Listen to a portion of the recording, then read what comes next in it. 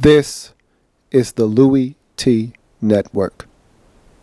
The journey is long, and nobody said it was going to be easy. But all we've got is us. You have any quarterback news for all us? that believe. Yes, we do have Is news. us. We have announced that Kirk Cousins will be the starter for 2015 moving forward. And I think all three quarterbacks should be commended for their efforts, their willingness to get better.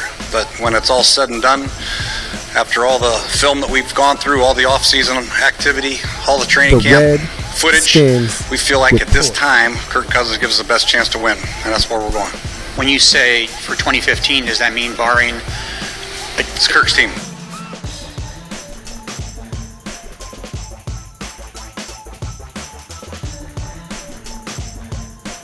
Welcome, all my fellow Redskins brethren and sistren. I am your man and resident Redskins fan, Lou. Thank you for joining me here on the Redskins Report.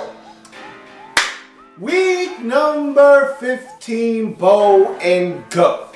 Before we can get to the go of week 15 in the Buffalo Bills' final regular season, you like how I did that? Regular season home contest at FedEx Field this season. We gotta go back and put a bow on the week 14 road victory versus the Bears. Much needed. I talked about our road struggles. They've been chronicled. I don't have to explain to you that the Redskins are 1-5 on the road, and before last week we were 0-5 on the road, and that we needed that one in the worst way. If for nothing else, forget about the division, forget about us and our prospects of having a chance to get to the postseason. We just needed a win on the road for our psyche. Our head coach before last week only had one road win to his name, and that was last year versus Dallas with Colt McCoy. We needed to win on the road, okay? We needed to win on the road. 1-12 before last week on the road. Jake Gruden needed a win on the road.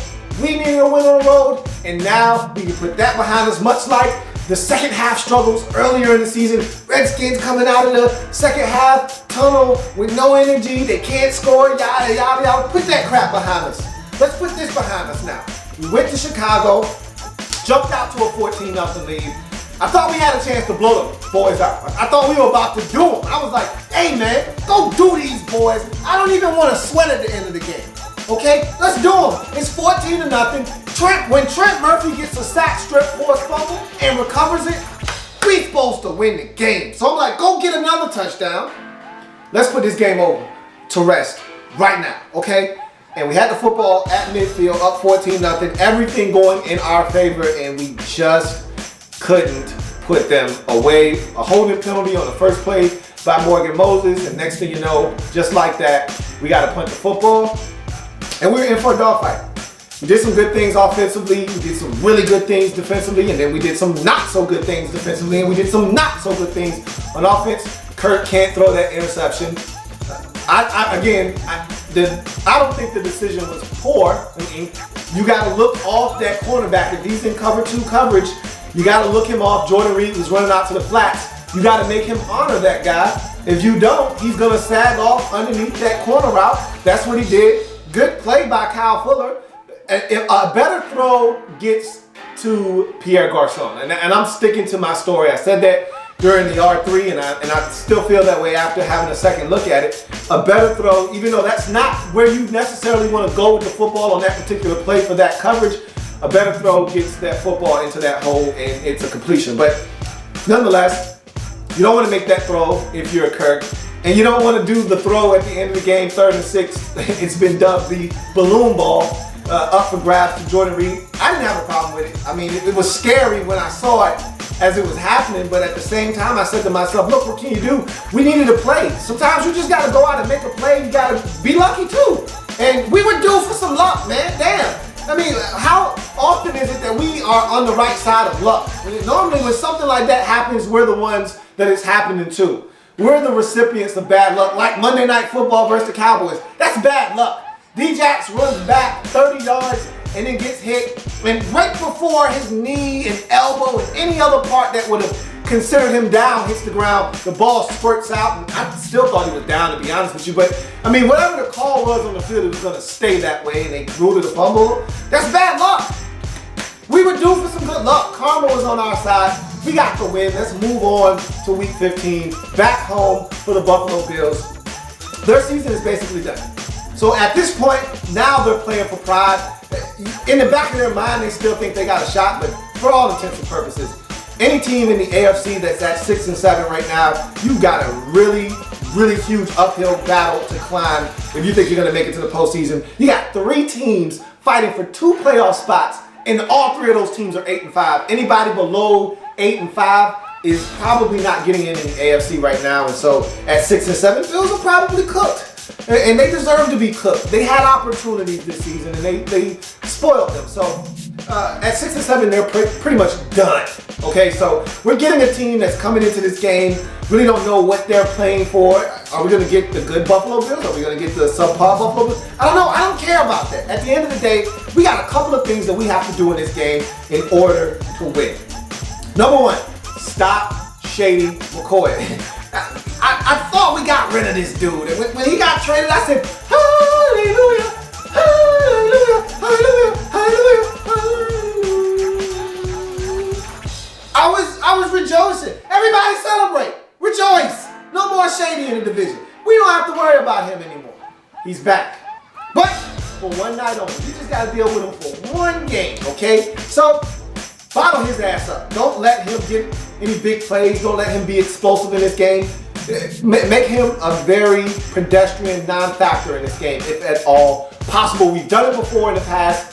Not often, but we've done it before. We can do it. Again, our run defense has been pretty good of late. I want to see that continue by stopping the run in this game. Objective number 2 on defense. They got a scrambling quarterback, a mobile quarterback. I don't want to call him a scrambling quarterback because he's more than that. He's a mobile quarterback, but he can beat you from the pocket. I'm talking about Tyrod Taylor, okay? TNT, very explosive. We got to watch that guy, okay? Keep him in the pocket. When things break down, if he doesn't like what he sees, he'll run on 3rd and 8 and pick up 9. He'll run on 3rd and 10 and get 11. I've seen them do it. Let's not be one of those teams that allows him to climb the pocket, over pursue. Rush lanes are going to be paramount this game. If guys think they're going to scream up the field and try to beat a tackle and open up a gaping hole at the line of scrimmage, do not think for 1 second this guy will not take off and make us pay. And you know, we're not the most athletically gifted defense. So if a guy takes off and starts running in his secondary, he can pick up massive amounts of yards versus our defense because we don't have a lot of team speed on the defensive side of the football. So we need to make sure that we keep gap integrity in this football game. Make sure we're wary of where Tyrod Taylor is at all times. And last but not least, certainly not least, Samuel Watkins. Give it up for Mr. Samuel Watkins. That's a dangerous boy right there. And if Rashad Brennan and vitamin B isn't on him all game long, we're going to have a problem on our hands because that young fella, them two, they went to school with each other. They know each other. They battled in practice. So vitamin B needs to be on him all game long because he knows the type of competitor and athlete that Samuel Watkins is. And if we don't have vitamin B on him and he gets one-on-one with Will Blackman or he gets one-on-one, God forbid he gets one-on-one with the young fella over there, man, we could be in some trouble. If he gets some Dunbar, boy, we could be in some trouble. So my hope is that they realize the dire situation that we're in this week, dealing with a beast like that. And, you know, sometimes you don't want to overdo it and you don't really want to change up your defense too much for one guy. But Samuel Watkins can flip this game on its head in an instant. Much like ODB. He can flip this game on its head with one play. And with ODB, we were shutting down the Giants just like that. We got hit with a Ruben Randall touchdown just like that. ODB makes a one-hand grab and just like that, we're fighting for our lives in that game. Okay? He can do the same thing in this game. We must contain Samuel Watkins. If we don't give up the big ball in this game, I feel our chances of winning increases exponentially because this is a Buffalo Bills offense that, to me, they don't drive the football down the field very often. They don't go 10 plays, 85 yards. They're not like us. You know, they're the anti-us. They've had a bunch of deep balls go for touchdowns this season, big plays. They're explosive on offense. We're not. We're the team that needs 13 plays to get in the end zone. We need 11 plays. We need the 10-play, 85-yard drive. They're like, hey, man, damn that. I want to go 3 plays, 73 yards, including a 61-yard touchdown strike. That's what I'm trying to do.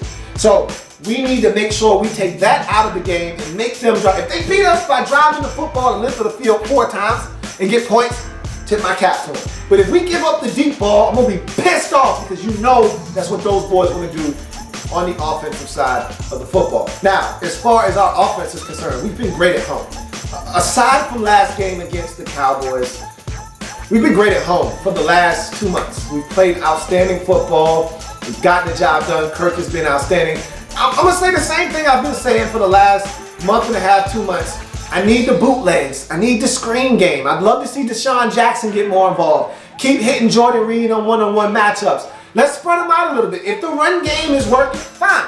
Let's stay with it. If it's not, then spread them out. Put your 4 receivers on the field and your 1 tight end. Go empty in the backfield. Or you can go 3 receivers, 1 tight and a back. Motion him out of the backfield. Go empty. Chris Thompson, I think he's going to play this week. If he doesn't, and it's Pierre Thomas, he can catch the football just as well as Chris Thompson can. And let's start working these boys. Short passing game. Let Kirk be surgical because he can do that. Leads the league in completion percentage for a reason, because he's highly accurate in the short passing game. We'll let him do what he's done better than anybody else in the league this season, and that's complete passes. He can do it. So if the run game's not working, if it's not there, feel free to turn Kirk loose. He's deserved and earned that this season. He deserves that. He deserves the opportunity to go out and shred a defense and throw it 41 times if need be. I'm not saying that's what I want to do, but that's if we have to do it. If the run game is not working, I would love the run game to work. It's Kirk's team. And for us to have Kirk throw it 29 times and be 22 of 29 for 278 or 22 of 29 for 317 and a touch and another rushing touchdown or 2 touchdowns and a rushing touchdown or just 2 touchdowns, I love that. But if the run game isn't working and Kirk's got to sling it 41 times, I'm good with that. Because Kirk's still going to go 33 or 41. Kirk's still going to go 31 of 39. He's still going to be highly accurate when throwing football. He's shown you he can. So all I ask is that the play callers, Sean McVay, I'm talking to you, mix it up. Bootlegs, screen game, I need that. D-Jacks, I need that. Okay? And he's going to play. I fully expect D-Jacks to play this week. Despite the injury last week that he sustained, I expect him to play. And I hope we go out and do the things that we've done defensively over the last couple of weeks well. And I hope we don't turn the football over. I hope we continue to force turnovers. That'd be nice. Again, I'm not looking for 3 turnovers, even though we've gotten that the last 2 weeks. If we do get turnovers, how about getting some points off of them? Yeah, it's nice to force turnovers. Those are great. What's even better is scoring off of them. So we'll see what we do this week. I'm confident. I think we're going to win the game. Redskins get it done at home. It's not going to be easy. This Bills team, they're no pushover. I see the Redskins finding a way to get it done. I think this might actually be a high-scoring game. 31-27, Redskins get it done over the Buffalo Bills. I got confidence in the boys. Going home, scoring some points, winning this ball game. Not going to be easy, but I think we're good enough to get her done in week number 15. And it's a big game because it doesn't really matter what happens, win or loss. Next week's game versus the Eagles could be for the division, depending on what the Giants do. I'm not worried about anybody else in the division. All we can do is worry about us and take care of our business. And the business at hand, Buffalo Bills, trying to come into the crib and take one from us. I am a Redskins fan, etched in burgundy and gold. My Redskins spirit will never die. Redskins spirit will never fold until we meet again. Hail to our beloved Redskins. We need to go out, get her done, get us a W, get to 500 on the season for the first time in a long time. I'm looking forward to it. You know what I'm about to say. Go get them, fellas. Go get us a W and let's get back to 500. There's plenty more where that came from. While you're here, subscribe to the channel. If you want more Louie T, be sure to follow me on Twitter at InTheLabRoom, or you can like the Facebook page at In The Lab Room. That's In The Lab Room on Facebook and at In The Lab Room on Twitter. Don't forget, subscribe to the channel if you haven't already done so.